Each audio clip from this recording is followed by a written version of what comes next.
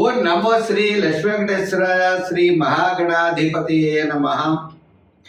ఉగ్రం వీరం మహావిష్ణుం జ్వలంతం సర్వతోముఖం నృసింహం భీషణం భద్రం మృత్యుర్నమామ్యహం.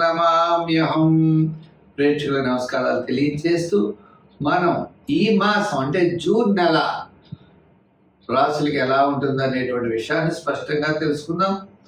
మరి గ్రహాల యొక్క పరిస్థితి చూసినట్లయితే మనకి మేషరాశిలో వృషభ రాశిలోకి వచ్చేటప్పటికి రవి ఉన్నాడు, మిథున రాశిలో గురుడు, కర్కాటక రాశిలో కుజుడు, మరి మేష రాశిలో శుక్రుడు, శనేమో మీన రాశిలో శని, రాహు కుంభరాశిలో కేతు సింహరాశిలో. ఈ విధమైనటువంటి గ్రహాల యొక్క సంచారం ఉండడం ద్వారా ఇది సర్పదోష సంబంధమైందని అంటూ ఉంటారు. ఏదైనప్పటికీ దీని యొక్క ప్రభావం వల్ల అవచ్చు మనం వ్యక్తిగతమైనటువంటి రాశులకి ఈ జూన్ నెల ఎలా ఉంటుంది అనే విషయాన్ని మనం బాగా ఆలోచిద్దాం. తద్వారా సులభమైన పరిహారాల ద్వారా ఈ రాశుల్లో ఉన్నటువంటి మనకి సులభమైన పరిహారాల ద్వారా తప్పనిసరిగా దానిని మనం చెడు ప్రభావాన్ని నివారించుకుంటూ సన్మార్గంలో వెళ్ళడానికి జ్యోతిషం ఒక లైట్లా మనకు ఉపయోగపడి ఎంతో ఉపయోగకరంగా ఉంటుంది. ఇది హ్యాండ్ బుక్ అంటారు, కరసాధన లాంటిది పంచాంగం. చేత ఖగోళంలో ఉన్నటువంటి గ్రహాల ఆధారంగా తీసుకుని చెడు వస్తుందనేప్పుడు జాగ్రత్తలు, మంచి వస్తుందన్నప్పుడు కొంచెం వేగవంతంగా వెళ్ళి మన విజయాన్ని మనం సాధించగలుగుతాం. చెడు వస్తుందన్నప్పుడు ఏ సులభమైనటువంటి పరిహారాల ద్వారా దాన్ని మనం నివారించుకోవచ్చు అనే ఆలోచనతో ముందుకు వెళ్ళాలి. దీన్ని ఒక గైడెన్స్గా మాత్రమే స్వీకరిస్తూ మనం వెళ్ళినట్లయితే తప్పకుండా మన విజయాన్ని సాధించగలుగుతాం. రెండవ విషయం, ఉద్యమే నైసిత్యంతి కార్యాడిన మనోరథై. మన యొక్క ప్రయత్నం తప్పనిసరిగా ఉండాలి. ప్రయత్నం చేతనే విజయం సాధిస్తామనేటువంటి విషయాన్ని కూడా మీరు తెలుసుకోవాలి. మా కార్యక్రమం మీకు నచ్చినట్లయితే లైక్ చేసి షేర్ చేయండి. ప్రతి ఒక్కరు కూడా ఈ కార్యక్రమాన్ని 10 మందికి అందిస్తారని ఆశిస్తూ మనం మిథున రాశి, ఈ మిథున రాశి వారికి మిశ్రమైనటువంటి ఫలితాలు ఉన్నాయి. అయినా శుక్రుడు అనుకూలంగా ఉండడం ద్వారా విందులు వినోదాల్లో పాల్గొనే అవకాశాలు ఉన్నాయి. పుణ్యక్షేత్రాలను దర్శించే అవకాశాలు ఉన్నాయి. విశ్రాంతి గృహాల్ని దర్శించే అవకాశాలు ఉన్నాయి. అంటే మానసికమైన ప్రశాంత వాతావరణం అయితే తప్పనిసరిగా ఉంటుంది. అయితే ఇంకా జూపిటర్, సాటర్న్, రాహు ఇలా గ్రహాల యొక్క బలం మిశ్రమంగా ఉండడం ద్వారా, గురుబలం అనుకూలంగా లేకపోవడం ద్వారా కుటుంబ ఆర్థిక సంతానపరమైన వ్యవహారాల్లో నిదానముగా నడుచుకోవాలి. శని ప్రభావం ఉండడం ద్వారా అంటే అనుకూలంగా లేకపోవడం ద్వారా ఆరోగ్య సూత్రాలను పాటించాలి. ఇలా గ్రహముల యొక్క బలం మిశ్రమైనటువంటి ఫలితాలు కనపడడం ద్వారా ప్రతి పని కూడా ఈ మాసంలో చాలా ఆనందకరంగా గడిచినప్పటికీ దీర్ఘకాలిక ప్రయోజనాన్ని ఇచ్చేటువంటి పనులైతే మాత్రం ముందుకు వెళ్ళాం. అందుచేత మరి ఈ రాశి వారు విద్యార్థులైనట్లయితే దక్షిణామూర్తిని బాగా పూజించాలి. రాజకీయ నాయకులు సూర్య ఆరాధన చేయాలి. వృత్తుల వారు వెంకటేశ్వర స్వామిని ఆరాధించాలి. వ్యాపార పరంగా కూడా వెంకటేశ్వర ఆరాధన చేయాలి. నూతనమైన వ్యాపారాల్లో పెద్దగా యోగించే అవకాశాలు లేవు. సామాన్యమైనటువంటి వ్యాపారమే జరిగే అవకాశాలు ఉన్నాయి. అందుచేత ఈ రాశి వారికి మరి న్యాయవాదులకి, వైద్యులకి వీరందరికీ కూడా పని ఉంటుంది. ఆర్థికంగా తక్కువ డబ్బులు ఉండేటువంటి అవకాశాలు ఉన్నాయి.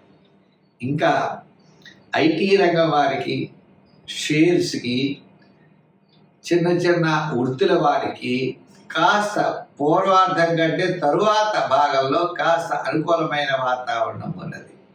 ఏదైనప్పటికీ ఈ రాశి వారు ఈ మాసములో అన్ని విషయాల్లో శ్రద్ధ వహించాలి. అనవసరమైన వ్యవహారాలకి దూరంగా ఉండాలి. విషయముల యందు శ్రద్ధ, పట్టుదల, చాలా కష్టపడితే కానీ మనం విజయం సాధించేటువంటి పరిస్థితులు అయితే లేవు. ఈ రాశి వారు తప్పనిసరిగా నవగ్రహారాధన చెయ్యండి. నవగ్రహాల చుట్టూ ప్రదర్శనలు చేయండి. నవగ్రహ స్తోత్రాన్ని పఠించండి. శివారాధన చేయండి. దత్తాత్రేయుడి యొక్క పారాయణ ప్రతిరోజు చేయండి. గురువార నియమం ఖచ్చితంగా పెట్టుకోండి. ఆ వేళ దానాల్లో శనగలు ముత్తైదులు ఇవ్వచ్చును, లేదా స్వీట్లు పంచిపెట్టవచ్చు. ఈ విధంగా అయినా గురువారం నాడు శనగపిండి సంబంధమైన వస్తువుల్ని చేయండి. సంఖ్యల్లో 5, 6, 8 రంగుల్లో లైట్ బ్లూ, గ్రీన్, ఎల్లో రంగుల్లో మీరు ఎక్కువగా ధరించండి. తద్వారా మీకు కాస్త మానసికమైన ప్రశాంతత ఉంటుంది. అన్ని విషయాలతో శ్రద్ధతో కనుక ముందుకు వెళ్ళినట్లయితే తప్పకుండా వ్యతిరేకమైన ఫలితాలు ఉండవు. మనం ఇబ్బంది పడేటువంటి అవకాశాలు కూడా చాలా తక్కువ ఉంటాయి. వృషభ రాశి. ఈ వృషభ రాశి వారికి మనం చూసినట్లయితే కుటుంబ, ఆర్థిక, సంతానపరమైన వ్యవహారాలు చాలా ప్రోత్సాహకరంగా ఉంటాయి. అయితే మొట్టమొదటి 15 రోజులు, తర్వాత 15 రోజులు అవ్వచ్చు, ఆరోగ్య సూత్రాలు మాత్రం పాటించాలి. పంటి నొప్పులు అవ్వచ్చు, కళ్ళ సంబంధమైనవి, ఇలా పెయిన్స్ సంబంధమైనటువంటి ఇబ్బందులు, వైద్య సలహాలు పాటించవలసిన అవసరమైతే ఈ యొక్క వృషభ రాశి వారికి ఉంటుంది. ఈ వృషభ రాశి వారికి గ్రహాలన్నీ చాలా అనుకూలంగా ఉన్నాయి. విద్యార్థులకి మంచి అవకాశాలు లభిస్తాయి. రాజకీయ నాయకులు ఇప్పటివరకు ఎక్కడగా ఉన్నప్పటికీ రండి అని చెప్పి ఆహ్వానాలు అందుకుంటారు. వృత్తుల పరమైన వారికి కళారంగం అవ్వచ్చు, న్యాయవాదులు అవ్వచ్చు, వైద్యులు అవ్వచ్చు, స్వతంత్ర వృత్తి వారు, చేతి వృత్తుల వారు, ఇలా వృత్తులు పనులు చేసేవారు అందరికీ కూడా కాస్త అవకాశాలు లభిస్తాయి. ఆర్థిక పరమైన సర్దుబాట్లు జరుగుతాయి. గతంలో అనేకమైన రుణ బాధలు, చికాకులు గత 4-3 సంవత్సరాల నుంచి అనేక రకాలుగా మనం చేసి ఉన్నాం.